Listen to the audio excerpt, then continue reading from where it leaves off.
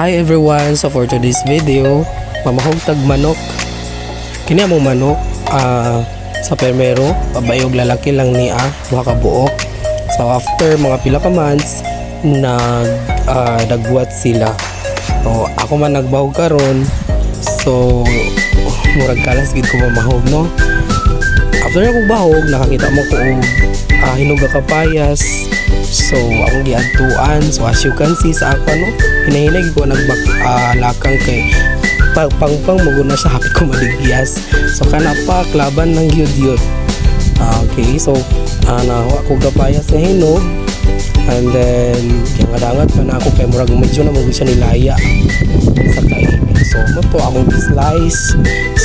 So kana yut tarunga ginayut pang slice yut kay lisod na kayo alain kayo nakaunong kung dili matarong slice, charot lang.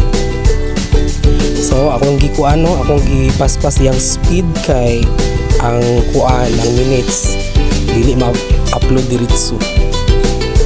So kana lang sa siguro for today's video. Daghang salamat sa inyong paglantaw and God bless us all.